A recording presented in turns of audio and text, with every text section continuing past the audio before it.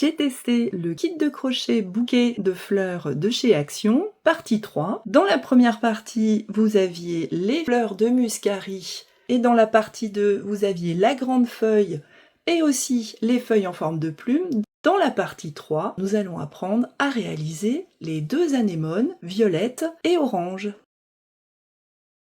Pour crocheter les deux anémones, vous allez avoir besoin du matériel suivant. Celle-là en orange, la couleur orange évidemment, le noir pour le cœur, le noir fantaisie pour le contour du cœur, évidemment du vert tendre pour la tige, le sépale et les petites feuilles. Et pour l'anémone violette qu'on va réaliser ensemble tout de suite, vous aurez besoin de la couleur violette et évidemment de tout le matériel habituel, la tige, le fil de fer fin, des ciseaux, un crochet de votre choix et une petite pince. Alors là, elle est optionnelle, mais c'est bien d'avoir une petite pince parce qu'avec les doigts, c'est pas très confortable. On va attaquer les pétales de l'anémone violette. Donc on va avoir besoin de 8 pétales identiques à ceux que vous avez là en orange. Mais avant de crocheter, il faut d'abord découper un fil de fer d'environ 18 cm. Voilà, comme ça. Il est prêt. On va démarrer notre anémone par un cercle magique. Donc là, je vais considérer que vous avez déjà suivi les vidéos précédentes et que vous n'avez pas besoin que je détaille pas à pas chacun des points que maintenant vous commencez sans doute à connaître. Et j'insiste sur le fait qu'il est important de réaliser les fleurs toujours dans l'ordre qui est préconisé par le tuto du kit de crochet de chez Action, dans la mesure où on va monter de plus en plus en difficulté. Bon, à la fin, ça va être l'inverse. Quand on commence à fatiguer un peu, on va voir que les dernières fleurs sont relativement facile. On commence le pétale violet avec un cercle magique.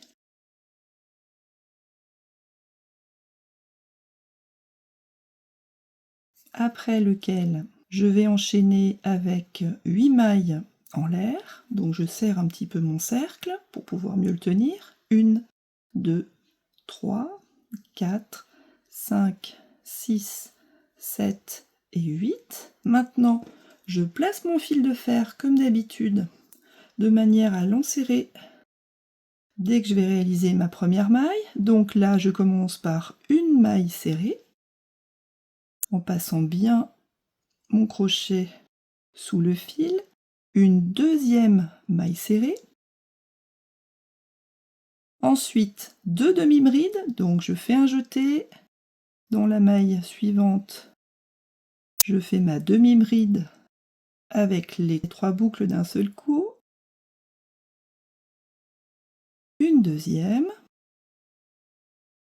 et j'enchaîne par 3 brides complètes, là qu'on va réaliser avec des boucles 2 à 2. Donc là j'en ai une, je fais la deuxième,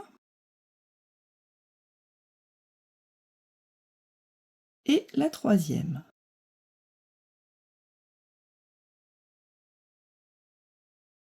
Là on arrive à la hauteur du cercle magique. Je m'arrange pour avoir les deux fils du même côté, de manière à piquer à l'intérieur de mon cercle et en prenant le fil de fer aussi. Là je vais crocheter 4 brides complètes. 1, 2, 3,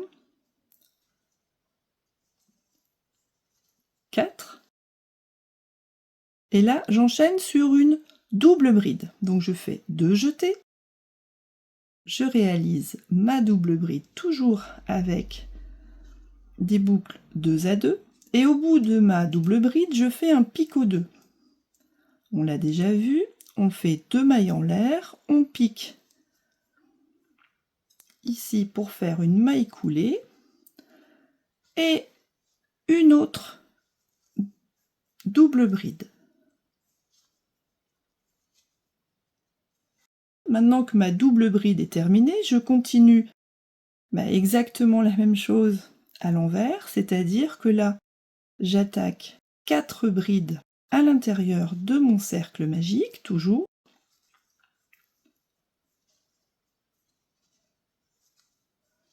Trois, et 4. Et maintenant, avant de reprendre mon pétale dans l'autre sens, je tire sur le fil de mon cercle magique de manière à le fermer complètement. Je positionne correctement mon fil de fer et là, je vais refaire à l'envers tout ce que j'ai fait dans la première partie, c'est-à-dire que je vais commencer par une simple bride, donc le nœud, enfin le cercle magique est là, donc c'est dans la maille juste ensuite que je vais réaliser ma première des 3 brides. Donc une, 2, 3. Maintenant 2 demi-brides.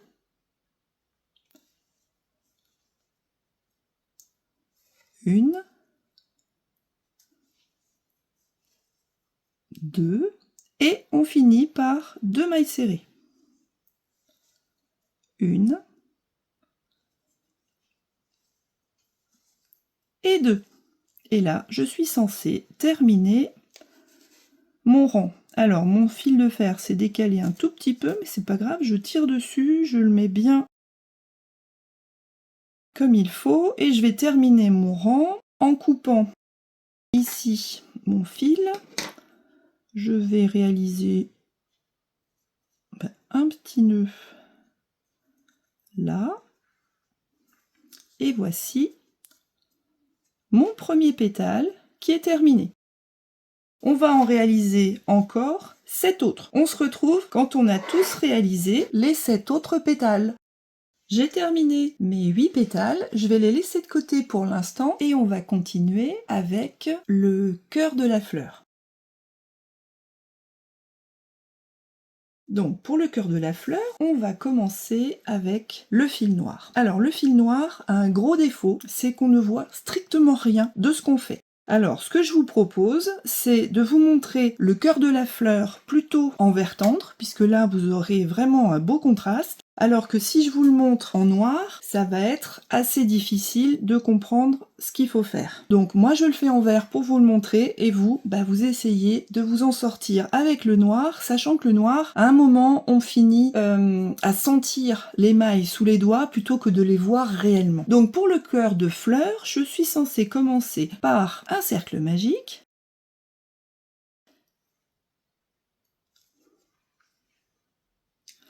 Et ensuite, je vais réaliser, comme dans le tuto, une maille en l'air et je vais piquer 6 mailles serrées à l'intérieur de mon cœur de fleur.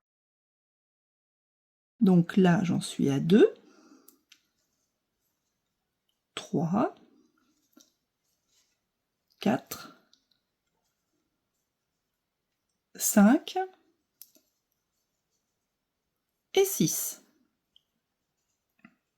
Je serre mon cercle magique et là je regarde à reculons. 1, 2, 3, 4, 5, 6. C'est dans cette maille là qu'il faut que je pique et là je fais une maille coulée pour avoir le cœur bien serré de mon anémone. Ensuite, je vais monter à 9 mailles, c'est-à-dire que classiquement, je vais faire une première maille, ensuite une augmentation de mailles serrées, donc là on est à 3, 4, 5 et 6, 7, 8 et 9. Bon, dans le tuto, ils vous disent de faire des ronds complètement fermés. Moi, je vais continuer en spirale, puisque alors, si déjà en vert, ça ne se voit pas, vous imaginez bien qu'en noir, on va absolument pas voir la différence. Donc là, maintenant, je vais faire 2 rangs de 9 mailles. Alors, si vous n'êtes pas à l'aise, vous pouvez très bien mettre un petit trombone ou un marqueur de mailles, surtout sur le noir, et nous dire qu'ici c'est la première des mailles dans laquelle on a piqué, ou alors vous préférez le mettre sur la dernière des mailles qu'on a piqué. Moi je préfère cette solution-là, parce que comme ça on n'est pas gêné. Donc on y va, on va faire 9 mailles serrées, 9. Et voilà, mon petit cœur est terminé. Donc on vous dit de couper le fil à 10 cm. Ici je vais terminer par un nœud, comme ça je suis sûre que c'est bien fini. De toute façon, une fois que ça sera posé sur la fleur en noir, vous voyez, on voit plus grand chose. Vous allez faire la même chose en noir, et moi aussi je vous rejoins là. J'ai terminé le cœur de la fleur dans la vraie couleur, la couleur noire. Vous avez vu que c'est vraiment pas du tout agréable à crocheter, on voit pas grand chose, alors que là vous avez un réel contraste. Donc maintenant, qu'est-ce que je fais de mon petit cœur? On peut le rembourrer, mais étant donné qu'on a un fil qui est assez long au départ, moi ce que je vous conseille, c'est de juste caler votre fil à l'intérieur, de manière à faire un petit rembourrage très simple, et surtout de la bonne couleur, sans avoir du rembourrage blanc qui va se voir à travers les mailles éventuellement. Et ça, pareil, on va le laisser de côté pour un petit peu plus tard. Maintenant, on attaque le sépale. Alors le sépale, c'est du vert, et là c'est la vraie couleur. Comment ça se passe le sépale? Eh bien, on va commencer. Alors déjà, qu'est-ce que c'est le sépale? Le sépale, bon, vous avez repéré très facilement les pétales et le cœur de la fleur. Le sépale, c'est cette petite partie là qui a tendance à se recroqueviller sur elle-même. C'est exactement ce que vous avez sur le haut d'une fraise, par exemple. Sauf que là, c'est sous la fleur. Et comme on a un fil qui est un petit peu coquin, il s'enroule sur lui-même, mais c'est pas vraiment gênant. Donc je commence mon sépale, qui lui est très agréable à tricoter, par un cercle magique. Voilà. Ensuite, 12 mailles serrées dans le cercle magique. On nous conseille de commencer par une maille en l'air pour monter un peu.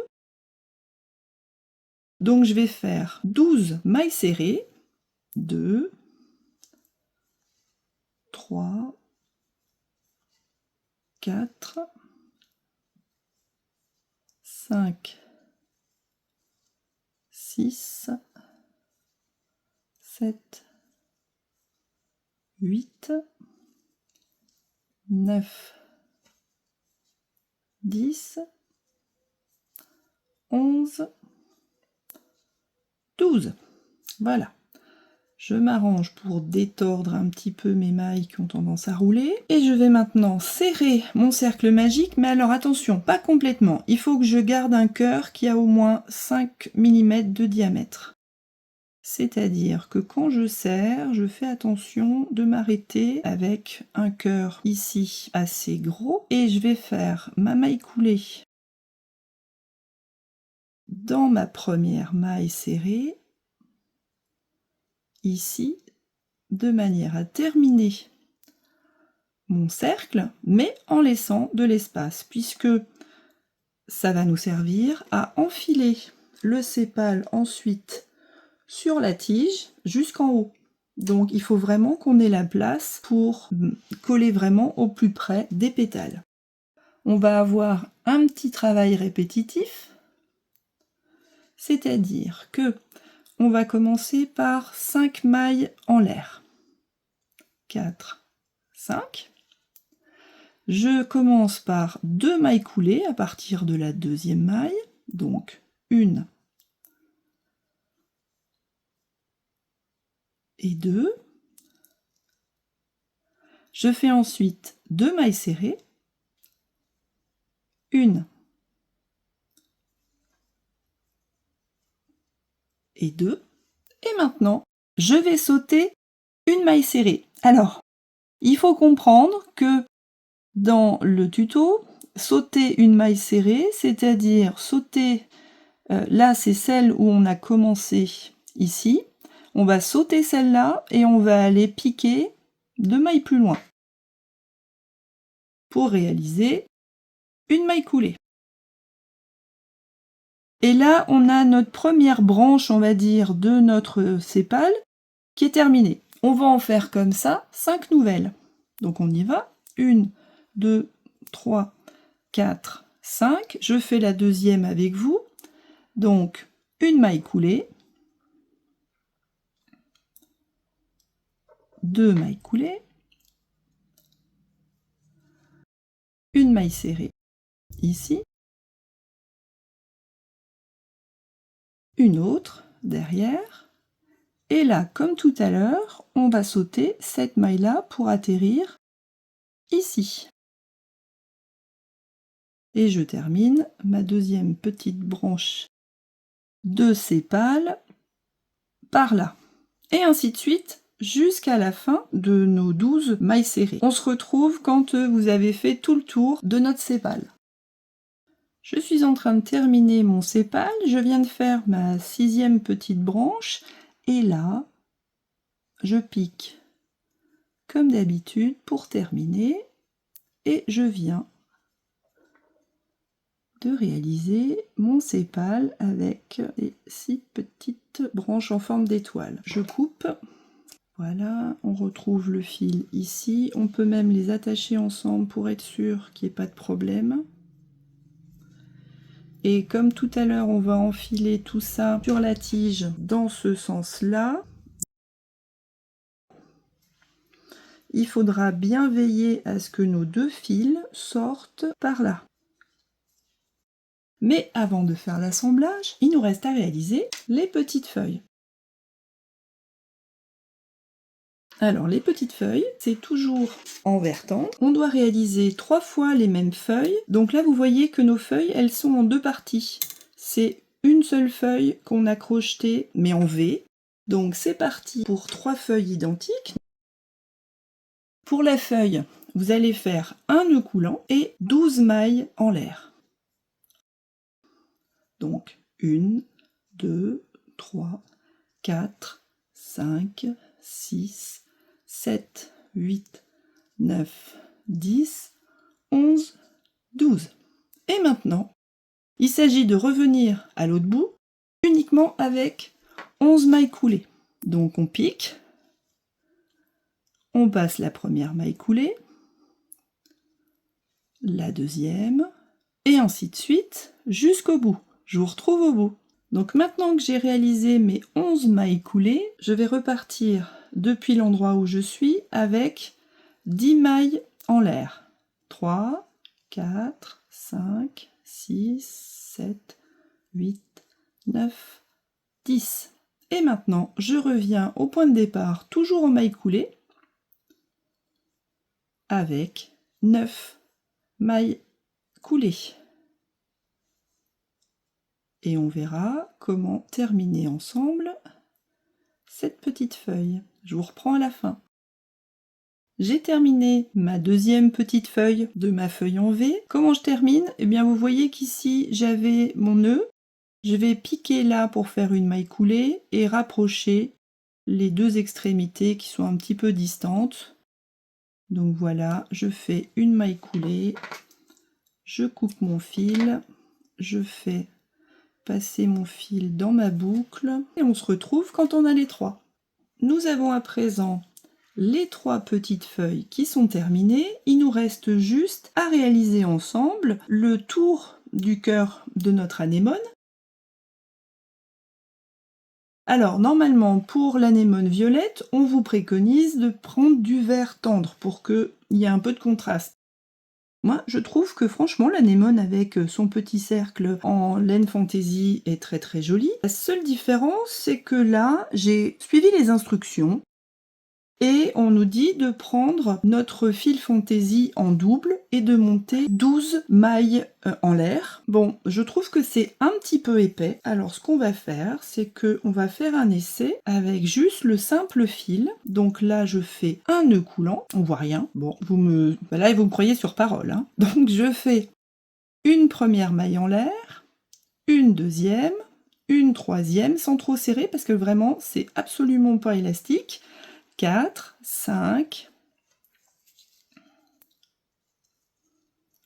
6, 7, j'ai presque pas assez de fil, 8, 9, 10, 11. Ben bon, 11 ça suffira. Donc là, ma 11e, je vais la terminer. Voilà, en faisant passer le fil à l'intérieur de la boucle. C'est infernal le noir, hein. Alors le noir à paillettes là avec des petites franges partout, c'est impossible à travailler. Bon, on va faire ça au mieux. Voilà, et on n'aura plus qu'à enrouler autour de notre cœur pour lui faire un petit foulard, voilà, autour. Alors, on vous préconise de le coller, vous savez très bien ce que je pense de la colle. On peut très bien simplement l'enrouler autour et faire un nœud au bout et ça tient sans problème. Vous voyez qu'ici, ça va pas se défaire.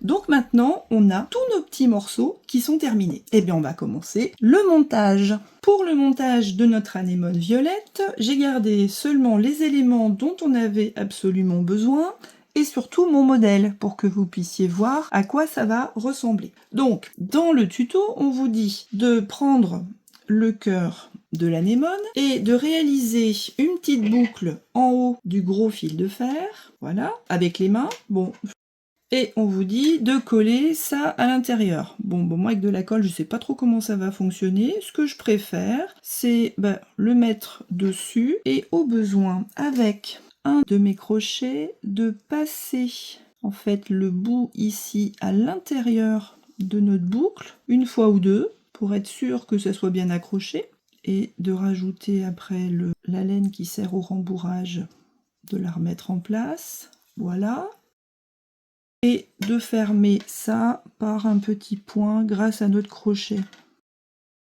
Ni vu ni connu, c'est du noir, on voit strictement rien. Et là, le cœur de la fleur, on peut même l'enrouler autour des premières mailles là qui se voient pour faire tenir tout ça et finir évidemment par un nœud en coinçant le doigt à l'intérieur. Bon, c'est un jeu de patience, hein, l'anémone. Hein. Franchement, le montage, là, on monte en complexité. Ça ne devrait plus bouger. Comme on l'a un petit peu rembourré, on a un cœur qui est tout à fait agréable. Voilà. Ensuite, on vous dit de placer vos pétales d'anémone 4 par 4. C'est-à-dire qu'on va les monter en croix autour. J'aime bien fixer d'abord avec mon fil de fer. Voilà. On verra ce qu'on fait après des fils de laine. J'en mets un deuxième en croix. Ça va être assez épais, mais c'est pas du tout gênant, puisque comme ça, on aura le haut de notre feuille qui aura une tige épaisse comme la vraie feuille, comme dans la nature. On en met une troisième et une quatrième de la même façon. Donc là, on peut peut-être mettre les deux prochaines. Ah, la tige gêne énormément au montage. On va mettre les deux prochaines ensemble, comme on est censé faire avec les 4 autres après. Donc là, je vais couper tous mes fils de laine un petit peu plus courts pour que je ne sois pas obligée de les ficeler sur très longtemps. Voilà, de toute façon, ça tient à peu près avec le fil de fer. Et maintenant, mon anémone, voilà, j'ai fait ça comme ça. Je vais placer tous mes autres pétales en dessous, sur une deuxième rangée, en quinconce. Et là, on vous conseille de les mettre les 4 ensemble. Là, je suis plutôt d'accord. Ça va nous faire gagner énormément de temps, sauf que, on en a plein les doigts. Et voilà, la quatrième, elles sont à peu près en place. Et là, je tortille tous mes fils de fer ensemble avec le bout de mon fil de fer qui tape contre la table et qui fait un boucan d'enfer. Bon, voilà. Donc là, après, on aura l'occasion de remettre tout ça en forme. On voit qu'ici, on a beaucoup de laine violette à entortiller. Je vais couper tout ce qui dépasse pour pas être gênée. Bon, pas le fil de fer parce que ça va casser mes ciseaux. Donc maintenant, je commence à avoir une anémone qui ressemble à une anémone avec tous mes petits pétales qui sont bien positionnés. Donc on terminera le tour ici du cœur tout à l'heure en enfonçant bien. Mais là, je vais attaquer avec mon verre tendre et comme d'habitude, je vais faire un nœud coulant pour enserrer tout ça assez lâche. Le nœud coulant, je vais l'enfiler par la tige, ça sera plus simple. Voilà.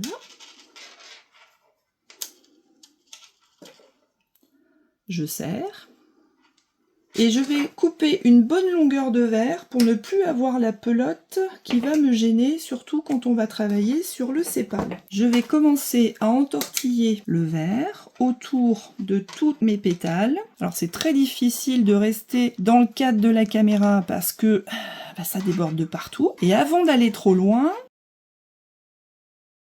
je n'oublie pas que j'ai le sépal à faire monter. Bon, ici, on va couper le petit bout qui dépasse et qui nous gêne. Maintenant, je prends mon sépal, je le mets, alors je l'ai bien positionné tout à l'heure avec les fils qui passent à l'intérieur du trou et surtout, je m'arrange pour que le fil assez long vert que je vais utiliser pour la tige passe aussi à l'intérieur. Alors on le fait tout de suite avant d'oublier, puisqu'après ça va être plus complexe pour le faire passer. Donc voilà. Je vais faire monter ça sur ma tige. Je fais attention aux petits fils de fer là qui me gênent et qui peuvent faire mal. Ça pique. Et je fais monter mon sépal dans ce sens-là.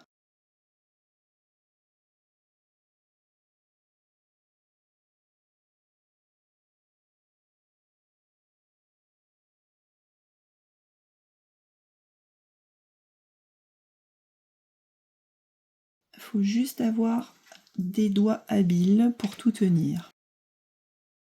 Donc maintenant, jeu de patience. On s'arrange pour, sans détruire totalement notre anémone, on s'arrange pour entortiller le fil vert jusqu'à 4 cm. Et à 4 cm, on se retrouve pour placer notre première petite feuille. A tout de suite. Courage. Je suis arrivée à la longueur demandée pour pouvoir placer nos premières petites feuilles. Alors ce que je vous conseille, c'est de placer vos petites feuilles dans ce sens-là, avec les petites, la partie endroit de ce côté, et de faire un nœud pour être sûr que notre petite feuille soit bien fixée, ne tourne pas quand on va l'entortiller.